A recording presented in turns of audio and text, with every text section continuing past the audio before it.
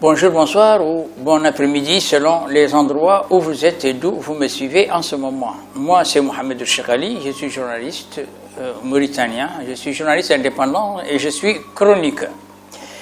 Je vous l'avais promis, je reviens donc pour la seconde chronique qui est destinée, ou plutôt consacrée aux élections qui se sont déroulées en Mauritanie. Des élections qui se sont déroulées généralement dans le calme et dans la sérénité et dans les règles de l'art selon les représentants des organisations qui sont venus donc superviser ces élections en Mauritanie.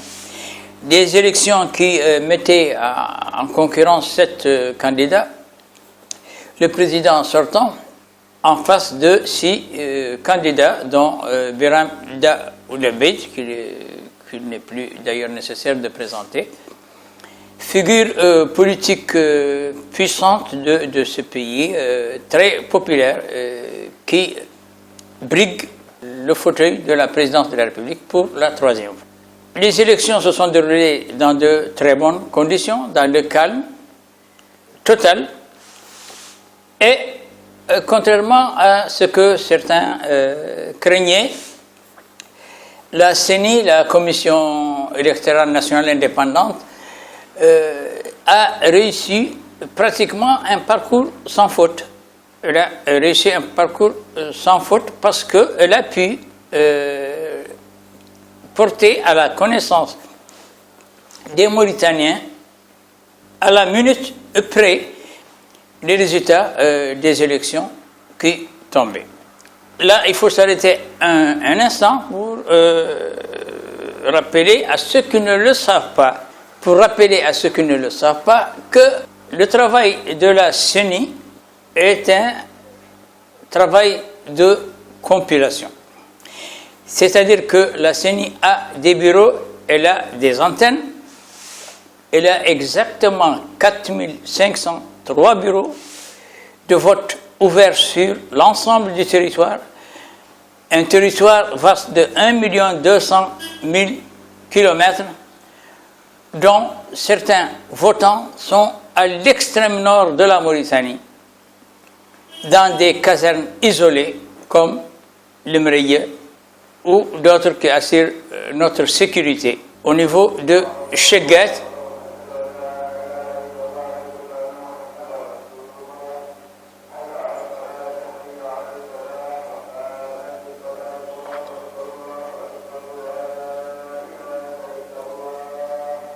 لا إله إلا الله اللهم رب هذه الدعوة التامة والصلاة القائمة آت محمد الوسيلة والفضيلة وابعث له المقام المحمود الذي وعدته إنك لا تخلف الميعاد.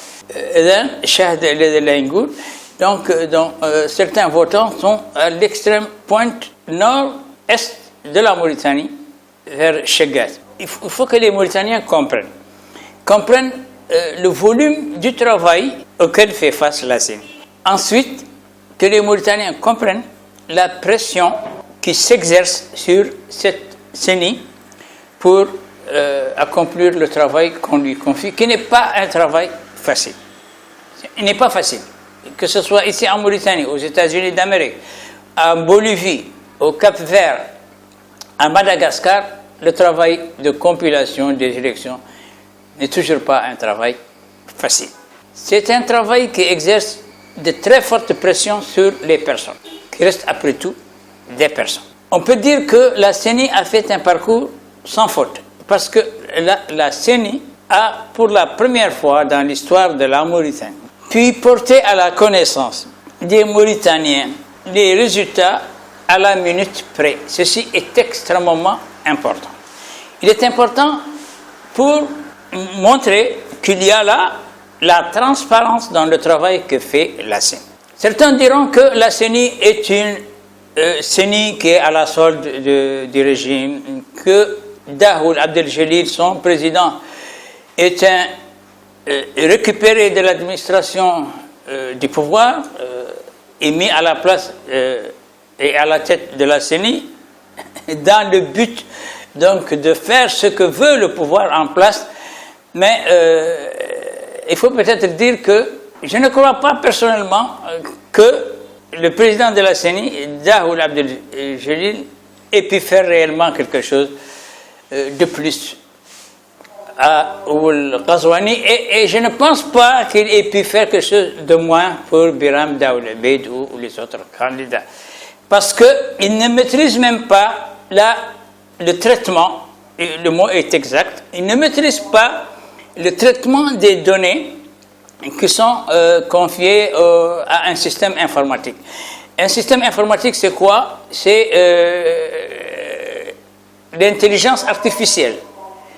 C'est une intelligence artificielle. Une intelligence artificielle qui travaille sur des éléments qui lui sont soumis. Des éléments qui lui sont soumis. Or, si vous voulez, la CENI a été, pour une fois peut-être que je me trompe. Si je me trompe, moi, et des gens vont se dire que Cheikh Ali, vous vous trompez, je veux bien. Mais il faut, en tout cas, qu'il y ait là des preuves que je me trompe. Donc, en principe, la CENI ne fait que rassembler les procès-verbaux qui viennent de l'intérieur du pays. Qui viennent de l'intérieur du pays, c'est-à-dire qui viennent des 4503 bureaux de vote qui ont été ouverts. Et en principe, et dans la logique, dans chaque bureau de vote, comme le prévoit le texte, il y a là un représentant de chaque candidat. C'est-à-dire qu'il y a les membres du bureau désignés par la CENI, et en plus de ces membres, il y a les 7 représentants des candidats aux élections présidentielles. Et je n'ai pas besoin de rappeler que les élections commencent à une heure donnée, le vote plutôt commence à une heure donnée dans chaque bureau et se termine à une heure donnée. Et tous ceux qui votent dans ce bureau votent en présence, en principe, du président du bureau, c'est-à-dire des membres du bureau désignés par la CENI, et les représentants des candidats aux élections. Et c'est à la fin du vote dans chaque bureau que le décompte est fait. Le mot exact, c'est le décompte. C'est-à-dire qu'on commence le décompte. Combien a reçu Biram Daoud Abeid, combien a reçu Ghazouani, combien a reçu Soumaré, etc., etc., etc. Et à partir de là, on regarde chacun le nombre de votants qui ont voté pour lui. Il faut préciser en passant, je n'ai pas besoin de le dire, que les bulletins neutres sont mis de côté, et ils n'expriment pas un vote, et les bulletins nuls sont mis aussi de côté, c'est-à-dire qu'ils n'expriment pas de vote. Ceux qui sont comptés pour chaque candidat, ce sont les votes validés. Validés, c'est-à-dire que les membres du bureau et les représentants des candidats ont validé ces votes. Ils sont tous, dans leur ensemble, d'accord que ce bulletin est valide. Et en ce moment, le bulletin est mis dans le bac du candidat. C'est un peu comme ça que ça se passe. Et après, un procès-verbal est signé par toutes les parties. Et en ce moment, le document, donc chacun des membres de ce bureau, qu'il soit donc désigné par la CENI ou représentant d'un candidat, signe ce qu'on appelle le procès-verbal, et donc il a droit d'avoir une copie. Alors, la CENI, elle rassemble tous ces procès-verbaux venus des 4503 bureaux et elle les met dans le système informatique. Elle les met dans le système informatique et c'est le système informatique qui crache pour nous les informations que vous avez vues à la télévision nationale ou sur le site de la CENI où vous avez les 7 candidats avec le pourcentage évolutif de ceux qu'ils ont gagné au cours des élections. Voilà un peu comment ça s'est passé. Ça s'est passé comme ça et je l'ai dit, je le répète, ça s'est très bien passé pour la CENI. Ça s'est très bien passé pour la CENI parce que la CENI a fait un travail propre. Même si, après, on va découvrir que il y a dans ce travail propre un travail qui est sale. En tout cas, elle, à son niveau, la CENI, au niveau de son siège, elle a fait un travail propre. Parce qu'elle n'a fait que compiler les résultats qui lui sont parvenus. Ces résultats qui lui sont parvenus sont des résultats qui résultent de votes justes, transparents. Là n'est pas la question. Est-ce que ces résultats qu'elle traite sont des résultats obtenus à partir de la fraude? Là, ce n'est pas la question aussi. La question, c'est que, en principe, si fraude il y a, au niveau du bureau, ce vote ne devait pas passer. Ne devait pas passer. Et s'il passe, et si il était découvert que c'était une fraude, c'est-à-dire que la CENI, son siège, en parlant de son siège et de son système informatique, ils ont été induits en erreur et ce n'est pas de leur faute. En tout cas, moi je pense personnellement et sincèrement, je ne suis pas vraiment au départ avec la nomination de Daoul Abdel Jalil à la tête de la CENI, j'étais comme beaucoup de Mauritaniens sceptiques sur vraiment son indépendance par rapport au pouvoir pour donc conduire son travail à la CENI. Bien que lui et moi, nous avons appartenu à un même mouvement politique. Nous avons protesté ensemble, lui et moi, et d'autres politiciens, nous avons protesté lorsque Mohamed El Abdelaziz est venu voler le pouvoir à Sidi Cheikh Abdallahi. Nous avons fait une marche ensemble, nous avons discuté. Et évidemment, déjà, a priori, il y a un préjugé, il y a un préjugement sur la personne même de Daoul Abdel Jalil que personne ne peut justifier. C'est un commis de l'État, comme tous les commis de l'État. Il a travaillé dans l'État, il est parti à la retraite. Et comme tous les commis de l'État, il a fait son travail. Et maintenant, on lui demande de refaire un nouveau travail. Il le fait selon ses capacités morales, intellectuelles et professionnelles. Moi, je crois que c'est ça. Je ne fais pas les louanges de Daoul Abdel Jalil. Non, par contre, non, je vous dis franchement, je ne suis pas content. Personnellement, moi, je ne suis pas content de lui. Je l'ai dit. Je n'étais pas content aussi du travail qu'il avait fait lors des législatives. Et j'ai même écrit des articles dénonçant ces anomalies qui ont été constatées. Mais lui-même, c'est-à-dire lui-même, quand je dis lui-même, pas lui, Daoul Abdel Jalil, lui, en tant que personne, n'intéresse personne. Donc lui, en tant que président de la CENI, lui-même a reconnu qu'il y a eu des défaillances, il y a eu des fautes. Et ces défaillances et ces fautes ont été corrigées. Effectivement, il les a corrigées. Il avait promis que tout ça allait se passer dans de très bonnes conditions. Son porte-parole l'a dit. Et effectivement, ça s'est passé dans de très bonnes conditions. Mais, il y a un mais. Mais cela ne veut pas dire que les choses se sont passées dans de très bonnes conditions. J'ai pris. Et en attendant de finir ma prière, je vous laisse en compagnie d'une transition musicale et je continue plus tard avec vous mon analyse des élections de 2024.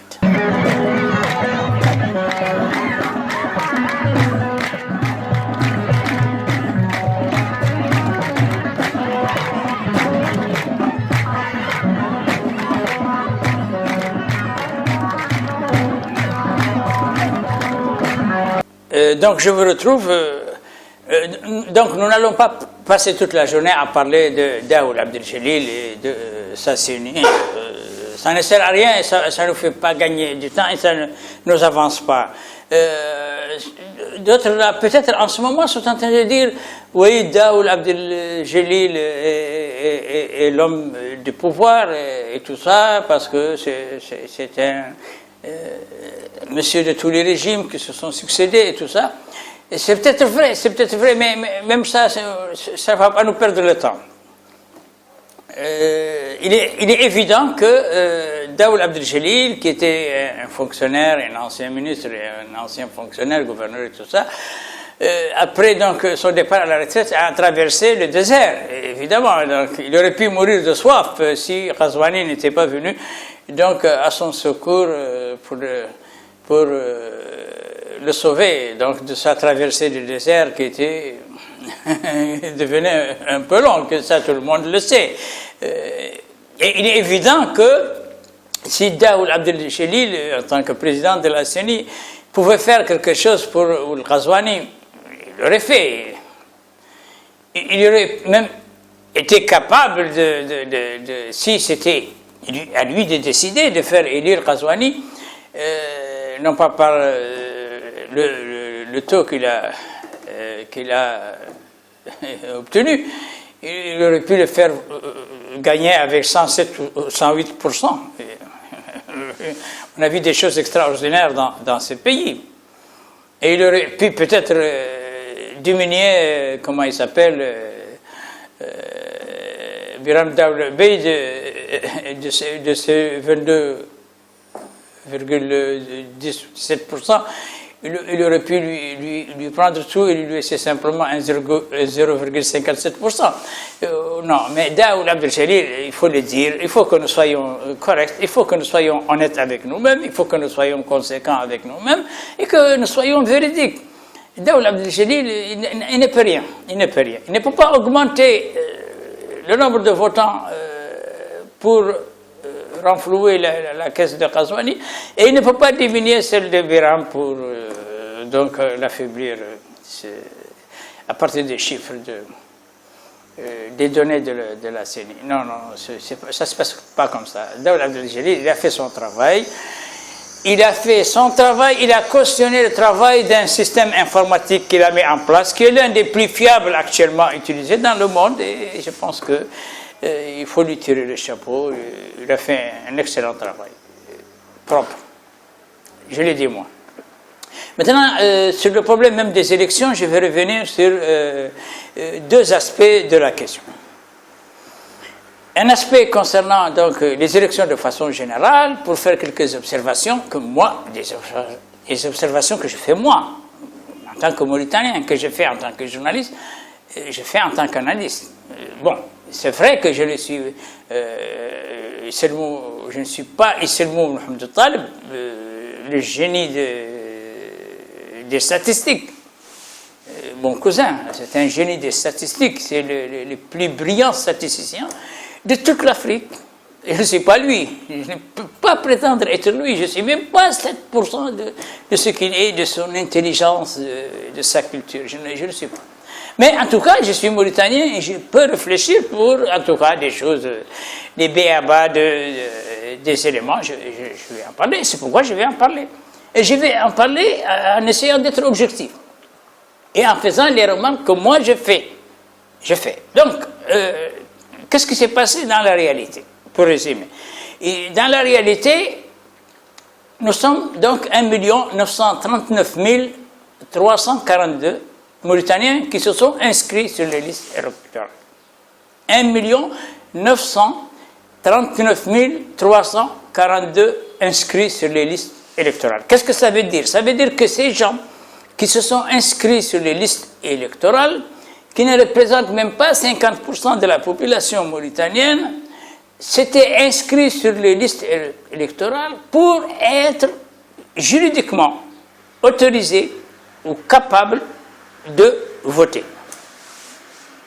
C'est-à-dire que leur inscription sur les listes électorales leur donne un feu vert pour voter.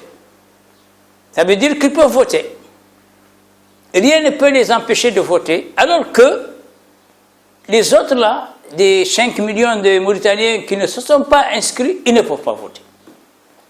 Voilà la différence entre ceux qui sont inscrits et ceux qui ne le sont pas. Maintenant, ceux qui sont inscrits, ils peuvent voter, mais pas forcément que leur vote soit un vote valide. L'expression valide signifie que le bulletin de vote qu'ils ont mis dans l'urne est un bulletin qui n'appelle aucune contestation, ni de la part de la CENI, ni de la part donc, des représentants des candidats en place. Voilà un peu ce qui se passe. Donc, nous sommes 1 939 342 inscrits sur les listes électorales, et ce sont ces 1 939 342 qui pouvaient voter. Pourquoi j'ai dit qu'ils pouvaient voter? Parce que ils ne sont pas obligés de voter. Et ils peuvent ne pas voter. Et c'est pour ça d'ailleurs que je l'ai dit. Je l'ai dit parce que sur ce nombre de 1 938 342, il y a seulement 1 074 208 qui ont voté. Qui ont voté, c'est-à-dire qu'ils sont venus dans un bureau, munis de leur carte d'identité, qui ont pris les bulletins de vote de 7 candidats et ils ont pris un des bulletins et qu'ils ont mis dans l'urne. Maintenant, ce vote il est bon ou ce vote n'est pas bon, ça ce n'est pas le problème. Le problème c'est qu'ils ont voté. Maintenant, si on va dans les autres détails, ceux qui ont exprimé des suffrages, ceux qui ont exprimé des suffrages sont 988 813. 813. Ce qui représente un peu une participation de 55,39%. Ça, c'est les chiffres officiels de la CENI. Mais il y a quand même des choses qu'il faut, qui demandent un peu de s'arrêter pour essayer de comprendre. Parce que c'est des choses qui sont incompréhensibles. Incompréhensibles. En tout cas, moi, personnellement, je ne peux pas les comprendre. Je ne peux pas les comprendre parce que sur le 1 939 000, 1 939 000, il n'y a que 1 074 000 qui ont voté. Où est passé le reste? Où sont passés les 800 000 autres qui n'ont pas voté, qui sont inscrits sur les listes électorales, qui n'ont pas voté? La curiosité doit pousser à se poser cette question. Pourquoi ils n'ont pas voté? Moi, à la place de Qazouani, à la place du parti INSAF, je me pose cette question et je me la repose et je continue à me poser la question pour savoir pourquoi sur les 1 939 342 Mauritaniens inscrits sur les listes électorales, seuls 1 074 208 ont voté. Où sont passés les autres? Et pourquoi ils n'ont pas voté? Est-ce qu'ils n'ont pas voté parce que c'est des gens qui sont contre le système, comme ils disent eux, ou est-ce que c'est des gens qui sont dans le système et qui ne sont pas contents du système? La question se pose. Et moi, à la place du ministre Oulayi, le président de l'INSAF, non, j'enquête et j'essaie de savoir réellement où sont passés ces 800 et quelques mille inscrits qui n'ont pas voté. Et le pourquoi ils n'ont pas voté. Est-ce que ce sont des gens qui sont des gens proches de Mohamed Abdelaziz et qui ne veulent pas voter pour le pouvoir en place? Ou est-ce que c'est des gens qui, en partie, sont pour l'INSAF et le président en place et ils ne sont pas contents et ils manifestent leur mécontentement? On doit se poser la question. Moi, à la place de Qazouani, je me pose la question. Je me pose la question parce que si on va au-delà de ce que j'étais en train d'expliquer et on essaie de spéculer, parce qu'on a quand même le droit de spéculer, à admettre que ces 800 et quelques mille qui n'ont pas voté, allaient voter Biram Daoul Bey, Qazouani ne serait pas passé et la Mauritanie se serait lancée dans l'enfer. La Mauritanie se serait jetée dans l'enfer parce que voter Biram Daoul Bey, c'est lancer la Mauritanie dans une fournaise. Nous sommes obligés de le dire, que nous soyons journalistes ou que nous soyons, qu'est-ce que nous voulons ou de la société civile. On est obligé de le dire parce que nous sommes en face de graves problèmes et d'une situation extrêmement délicate qui est créée par un homme politique qui est un monstre. انت الوزراء الحراطين قراو والبيضان راه مالك يا ابوي العيد شاكنهم خارجين بيضان ما قراو عندنا نقول لهم سراع البل مسمين به البل لا شك ان الفقر لا في الحراطين والفقر في البيضان، وفي واحدين سارحين ما قراوا المدرسه ولا يكتبوا، وروايه عاديه يا غير اللي يقرا ما قد يقبل انسان رقاش ما هو بالتعليم، والتعليم هذا اللي عدله للقصواني وهو اللي عقل عليه جيلنا احنا جيلنا اللي تربينا عليه، واللي منه محمد البلال، واللي منه بلال الورزق، واللي منه مسعود، واللي منه بيجل. هاي مدة قرات بليده قرات المدارس بيضانيه وحارطانيه وكوريا واحد كاملين. اسمع وعادوا اليوم في المناصب الكبرى بهم اللي قراوا، ومنين يعود الصبح يترشح واحد منهم ويعود ما هو كيف تاك انت، يعود ما يقول لنا لبيضنا ولا يمد صباعه فينا ولا يسقر بينا. منين يدخل حد كيف بيجل، والله كيف مسعود، والله كيف حد بلال الورزق، والله كيف الحراطين المضبطه اللي يا خويا يقدروا يجبروا شي ما سقطوا على البيضان ولا تباركوا مع الوحده الوطنيه قلبوا. برام انت كيف قلت لك مرات وطالبينهم من هون من البروكيرور جنرال وطالبهم من الدعاء العام يلا تسكر. برام داول العبيد est un danger public. C'est un danger public. La Mauritanie ne veut pas ouvrir les yeux.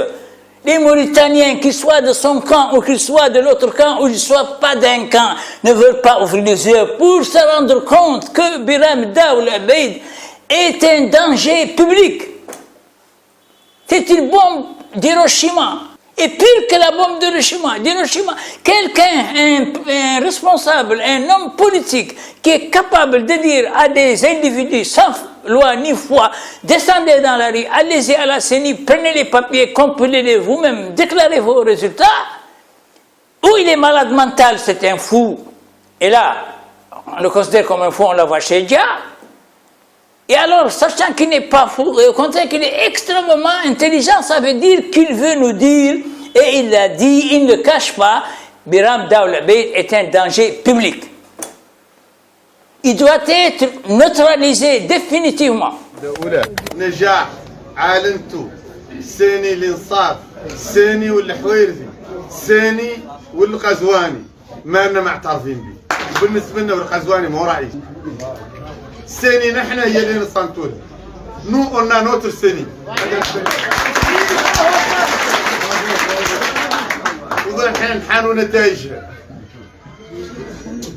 وندوروا نوقفوا في الشارع مع الشعب الموريتاني حتى يحكم الله بيننا وبين المفسدين في الارض عن طريق النتائج اللي تعطينا السنين نحن وانفورماتيسياناتنا نحن. Excusez-moi, je me suis emporté un peu. Parce que vous n'êtes pas, comme moi, vous n'êtes pas en train de voir un peu l'arrière de ce qui aurait pu se passer si les autorités et les pouvoirs publics n'étaient pas préparés pour une éventuelle situation. Mais je reviens pour dire à Qaswani, lui poser la question. Et poser la question à Oulayi. Et poser la question à Sid Ahmed, le président de la campagne de Oul Qaswani. Où sont passés les 800 000 votants qui n'ont pas voté? Où est-ce qu'ils sont passés? Et pourquoi ils n'ont pas voté? La question, elle est là. Et même pour aller encore plus loin dans les spéculations, les 1074 208 Mauritaniens qui ont voté, parmi ces Mauritaniens, il y a 53 787. 53 787 bulletins qui sont nuls. Et pourquoi? 53 787 bulletins nuls. Qu'est-ce que ça veut dire? Ça veut dire que le parti d'Insaf, ça veut dire que les gens de Biram, les gens de Othman, les gens des autres candidats, c'est des nuls ou quoi? Ils n'ont pas été capables d'enseigner au moins à quelqu'un comment valider un bulletin de vote. Un chiffre qui représente 5% du chiffre des gens qui ont voté. Et on continue dans la spéculation. Pourquoi 31 608 bulletins neutres, soit 3% de tous les bulletins de vote sont neutres? C'est ça l'analyse. On n'a pas besoin d'être Mohamed Talib, un génie en informatique, un génie en statistique, un génie en mathématiques pour arriver à ces conclusions, à se poser ces questions. Ces questions, il faut se les poser. Et vous ne comprenez pas les dangers qu'on courait avec ces 800 000 votants qui ne se sont pas exprimés. Écoutez, ces 800 000 qui ne se sont pas exprimés, qui n'ont pas voté. Imaginez-vous qu'ils aient voté Biram Daoul Abeid. on serait aujourd'hui dans l'enfer.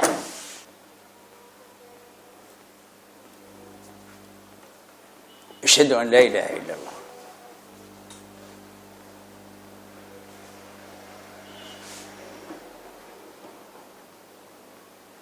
Et je vous propose une pause musicale et je vous reprends.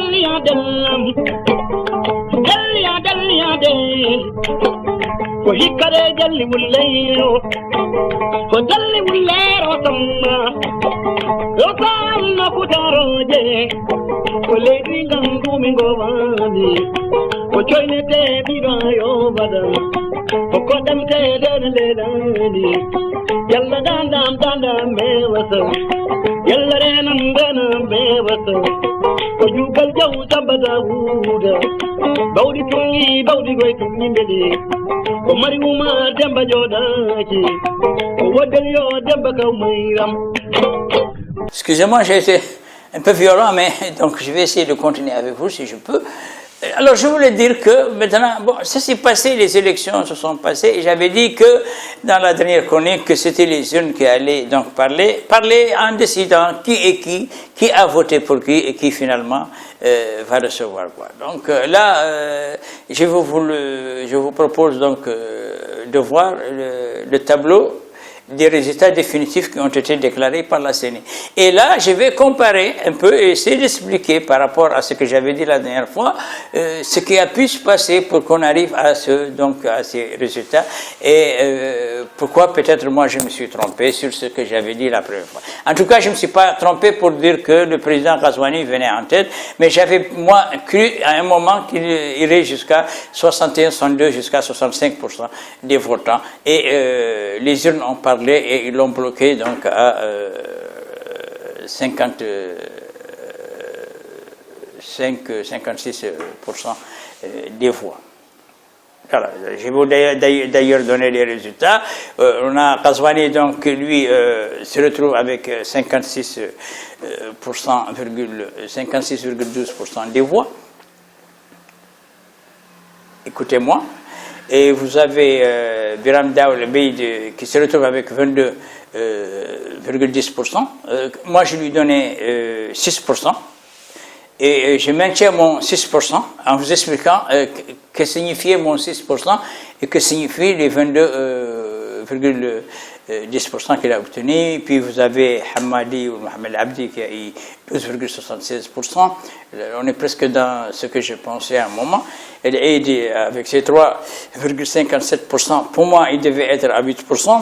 Il s'est retrouvé avec presque 4%, la moitié. Vous avez Mamadouba avec ses 2,39%.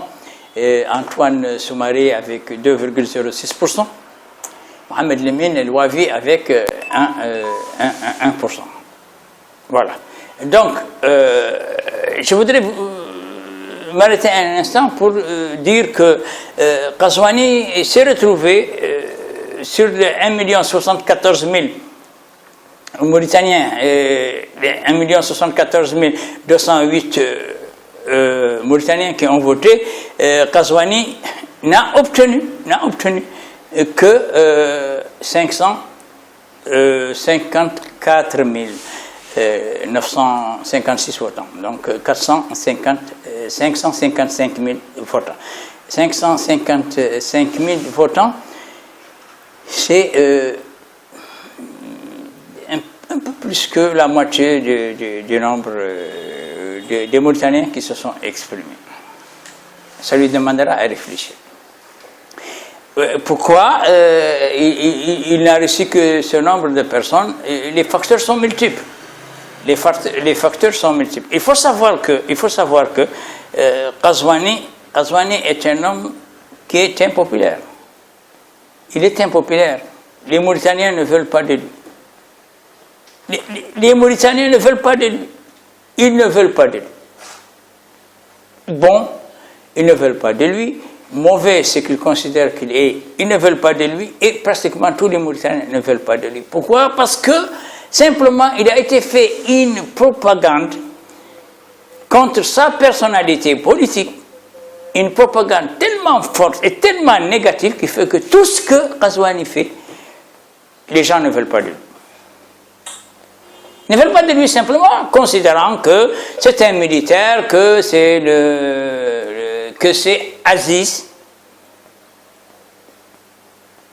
dans Clownet, et seulement un Aziz qui est nonchalant, qui n'est pas très ferme, qui n'est pas très agressif, et ceci, cela, et ceci, cela. Effectivement, les deux hommes n'ont rien à voir, ni l'un ni l'autre. Cependant, ce qu'on dit de Ghazouani n'est pas vrai. Parce que Ghazouani est un Mauritanien, c'est un chef d'État qui travaille avec des Mauritaniens autour de lui. Ce sont des Mauritaniens qui travaillent autour de lui. Et ce sont ces Mauritaniens qui feront de la Mauritanie ce qu'elle doit être, positivement, ou qui vont continuer à faire de la Mauritanie ce qu'elle est négativement, sur certains points. Maintenant, je voudrais revenir sur le problème de Biram Daoulad.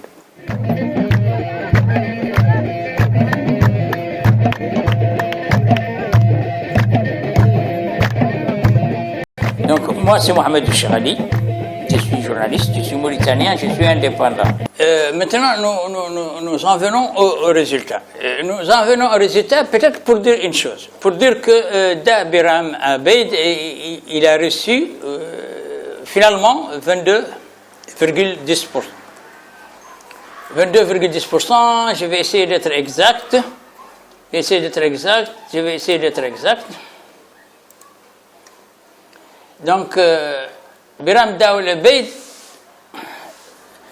donc pour revenir au résultat, Biram Daoulad Abeid s'en tire avec 22,10% des résultats de ces élections de 2024. J'avais dit, moi, dans mes estimations, dans mes pronostics, qu'il allait se retrouver avec 6% des voix. Peut-être que je n'avais pas tenu compte d'un élément qui s'est avéré important. Pour moi, il allait avoir 6%. 6%, je suis parti sur la base des votants pour lui, c'est-à-dire de la communauté haratine qui aurait voté pour lui, sur le nombre d'inscrits. Ça aurait été 6%. Il n'aurait jamais dépassé 6% dans la communauté haratine parce qu'en ce moment, vous êtes d'accord avec moi que Biram, lui, il est au plus bas de sa popularité. Il est au plus bas de sa puissance. Et comme vous le voyez, si on enlève 6 ou 7% des 22% qu'il a obtenus au cours de ces élections, vous avez les 14 ou 13 et quelques pourcents qui sont la résultante du boostage de l'extrême droite négro-mauritanienne. L'extrême droite négro-mauritanienne. C'est-à-dire les Halpolar et les Soninké, parler seulement de deux sœurs, parce qu'il faut pas avoir peur de dire la vérité. Donc, 13 à 14% de ces 22% qu'il a obtenu, c'est l'apport des négro-mauritaniens qui le soutiennent. Parce que ces négro-mauritaniens ne votent pas Biram Daoulad Abeid. Ils ne votent pas Biram Daoulad Abeid. Parce qu'ils savent que Biram Daoulad Abeid, c'est les saisons. Les 4 saisons. Parfois la saison est chaude, parfois elle est froide, parfois la saison de pluie, parfois c'est le beau temps, etc., etc. Donc Biram, personne ne peut lui faire confiance et plus personne ne veut d'ailleurs composer avec lui. Seni ou le Ghazouani, ما لنا معترفين به.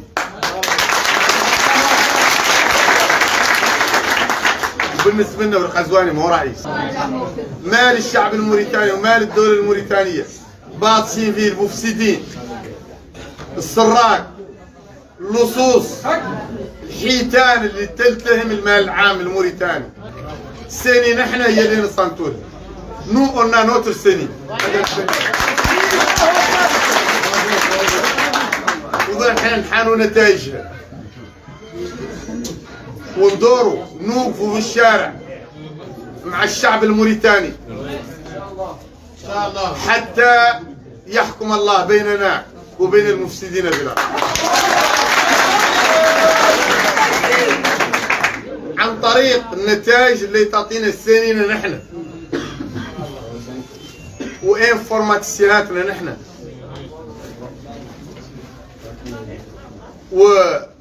وهذا الوضع لا يشطنكم وضعنا احنا ما قابلين. ثاني يوم الزرق استقبلت الله القزواني نحن الاخرين المرشحين الاخرين والله انا بعد بات استقبلني هذه ما يستني نذاق فيه رفضوا يستقبلونا ولين جاء والقزواني لين جاي تزرق باو يستقبلونا ولين جاء القزواني اللي يزرق قاموا الى قلبوا واحدين وكي كلاب خيمه واحده كي كلاب خيمه واحده يسابقون هذو فاقدين الكرامه فاقدين المصداقيه فاقدين ثقة الشعب به اللي فاتوا باعوهم مناصب دبيتات القايلة من النهار باعهم بالفضة للناس اللي ما يناجحة دخلوهم في البرلمان الثاني ما أنا معترفين بيها بي تكبر الكران الزرق وتشق نصهم كل بيرو تشق نص الكران وتعطيهم للإنصاف يعودوا للإنصاف يدوروا كرتين وثلاثة وأربعة ويدربوهم في الكيس واحد منهم وتزارق لأربعة رواقي وثلاثة رواقي ورقاشين هذه سني مرفوضة ومصداقيتها مرفوضة ونتائجها مرفوضة. وشفتوا القزواني البارح حد الخطاب له الانصاف وقال لا تعلن كانوا يعلنوا النتائج قالوا لا تعلنوا النتائج لا تعلنوهم السنة هي اللي تعلنها قال اللجنة المستقلة هي ما مستقلة هي اللي تاكل تو القزواني واللي حكومتك واللي القزواني ترى عنك حكيت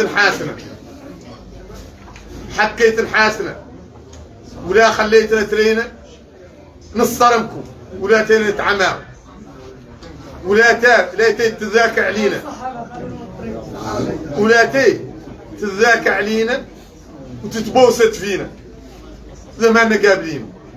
انت ما مشي الدولة عبد الجليل ومشي الحويري ومشي الحكام والولاة وطارص فينا مجرمين المال العام والمال الخاص قابضين الشعب يتلاعبوا به ويكروه ويشروه ويخبوه ويخذلوه بالفضة وينقلوه وتقول لنا ثاني خلوا ثاني في التعدد كامل يعود الكلام ثاني مهم نعودوا احنا نصنتوا له وين ما انا مصنتين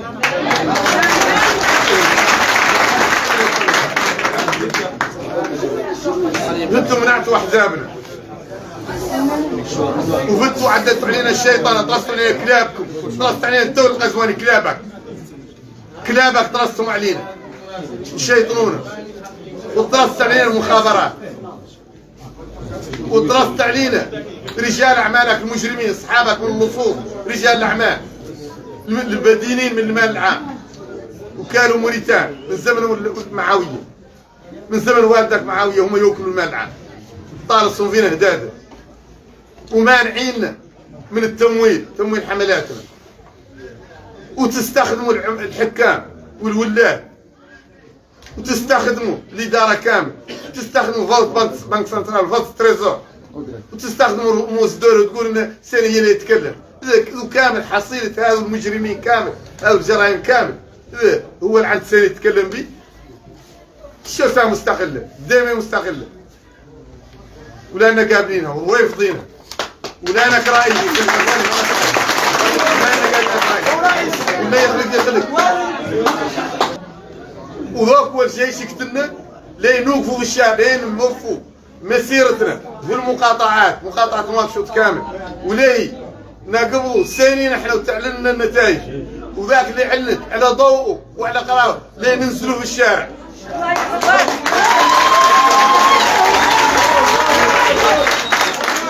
انتصر الشعب والله نستجهدوا نحن. Il ne compose avec lui actuellement que les extrêmes droites de la composante négro-mauritanienne du pays. L'extrême droite, je n'ai pas dit les négro-mauritaniens dans leur ensemble.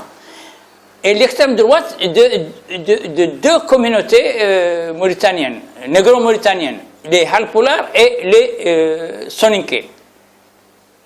Et c'est pour ça que lui, il avait besoin, comme je l'avais dit la dernière fois, de quelqu'un, des négro-mauritaniens qui ont le même, quelqu'un des négro-mauritaniens qui a le même profil que lui, qui a même la tendance à la violence, qui a la même tendance à la division, la même tendance au désordre et à l'anarchie, c'est Samba Cham. Donc c'est Samba Cham qui en réalité a obtenu peut-être 13 à 14% des 22% que Biram Daoul Bed a réunis.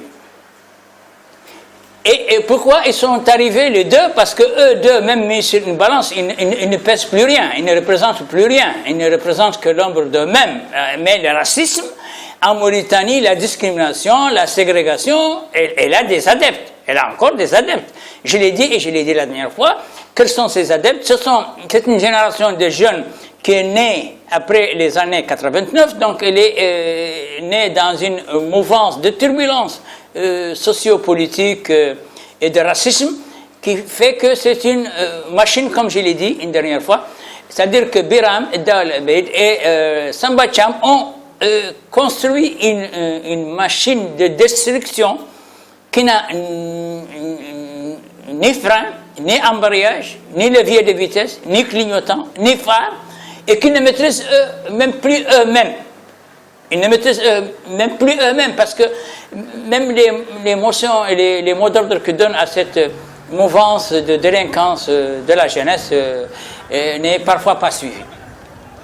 Donc Biram Daoul Bed, lui, sachant que ces élections, il ne pouvait pas les gagner, et en aucun cas il ne pouvait pas les gagner, parce que seulement, même s'il ne votait que, par exemple, 500 000 sur les 1944, les 1 944 000 Mauritaniens inscrits, s'il ne votait que 300 000, de ces 300 000, il n'aurait pas eu la majorité, parce que personne ne veut d'une Mauritanie à feu et à sang. Personne.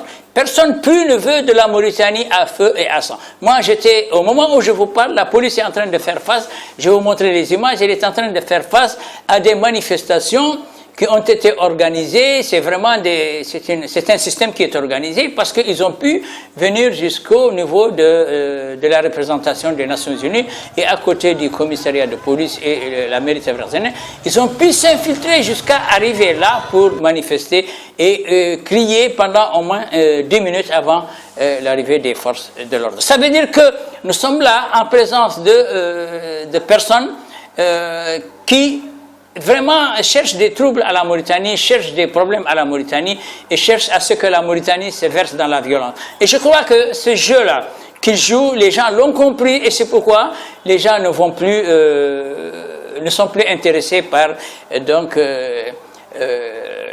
le Mussolini là, de la Mauritanie, Biram, qui est un vrai Mussolini. C'était, si vous voulez, Mussolini italien, avec ses discours, ses gestes. Il séduisait les masses et les populations italiennes. Et derrière cette séduction, il y avait vraiment le crime organisé et l'horreur. Biram Daoul Bed est un danger public. C'est un danger public. Biram Daoul Bed, il faut le neutraliser. Tout le monde est d'accord qu'il faut le neutraliser. J'étais en train de parler avec un responsable qui ne fait pas habituellement de la politique. Il a dit que si Biram Daoul Bed n'est pas neutralisé, la Mauritanie ne serait jamais tranquille. Pourquoi? Il m'a dit, parce que Biram Daoul Bed, même dans ces élections qui viennent de se dérouler, s'il y avait un autre candidat qui avait été élu à la majorité qui n'est pas Qazouani, il n'aurait pas accepté. Parce que pour lui, les élections doivent aboutir sur son élection, lui. Et c'est pourquoi il a toujours dit, il a répété que la servante qui est sa femme, c'est lui qui le dit, c'est pas moi qui le dis. ليلى من تحمد اللي 29 في الشهر السادس الجاي اللي تعتب معايا قصر الرئاسي داخلته كسيدة أولى. Que la servante qui est sa femme, n'a été pour le palais présidentiel. Et c'est son objectif. Même si j'ai dit les Mauritaniens, il faut que vous compreniez quelque chose. Biram Daoul Bedi s'est toujours mis dans le costume d'un président de la République. Il s'est toujours adressé aux gens en s'adressant comme un futur président de la République. Ce qui veut dire que même si, par exemple, Ghazouani n'était pas candidat à ces élections, et c'était Ould Abdelaziz qui était candidat à ces élections, et Ould Abdelaziz avait été élu par une majorité, il n'aurait pas aussi accepté.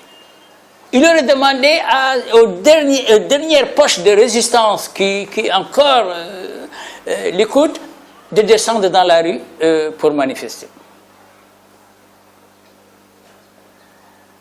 La Mauritanie,